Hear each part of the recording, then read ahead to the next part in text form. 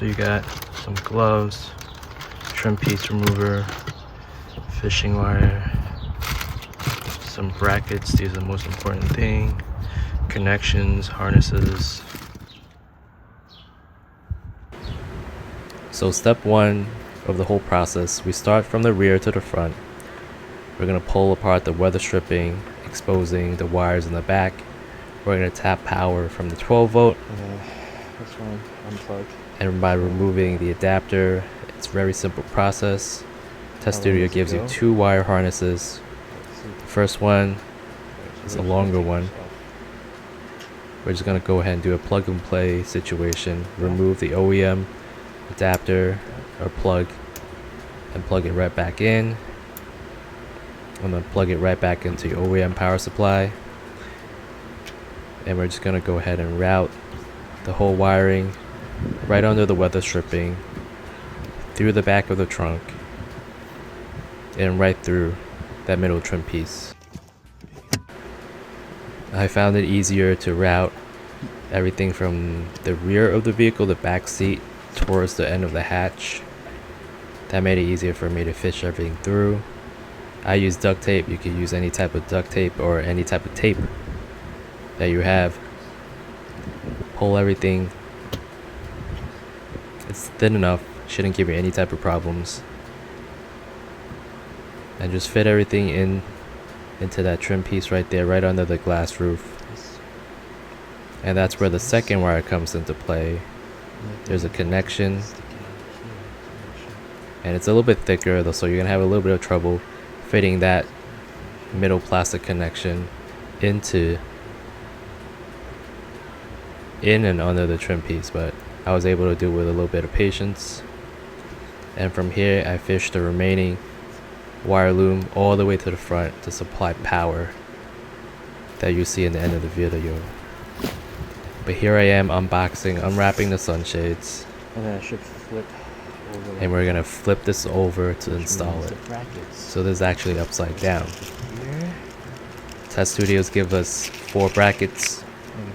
2 is H3, which is a shorter one that you see here, all stenciled, engraved. And the H1 brackets is for the front. So we're gonna install the H3 first. We're gonna work from the back to the front. So here we are.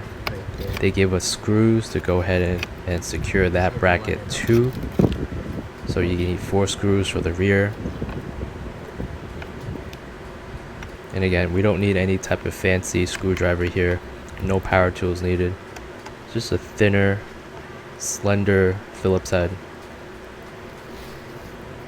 And since I have baby seats in the back, car seats, I had to go ahead and maneuver the sunshade unit from the driver's side.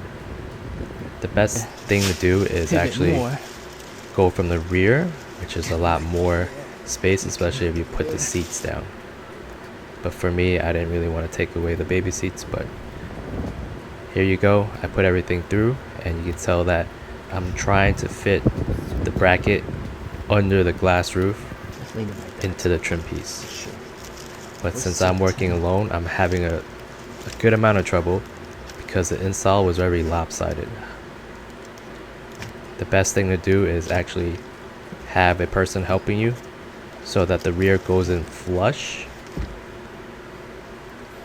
But I was able to do so with a lot of extra work. But the sunshade goes under the visors, so that when the visors close, it will go ahead and overlap the new sunshades that you have right here. And right before we secure everything in the front, we have to power the whole unit using a connection that we routed from the rear to the front. So once we plug that in, you see that it's working because we see the green ambient lighting right there. And now that's where the H1 brackets come into play.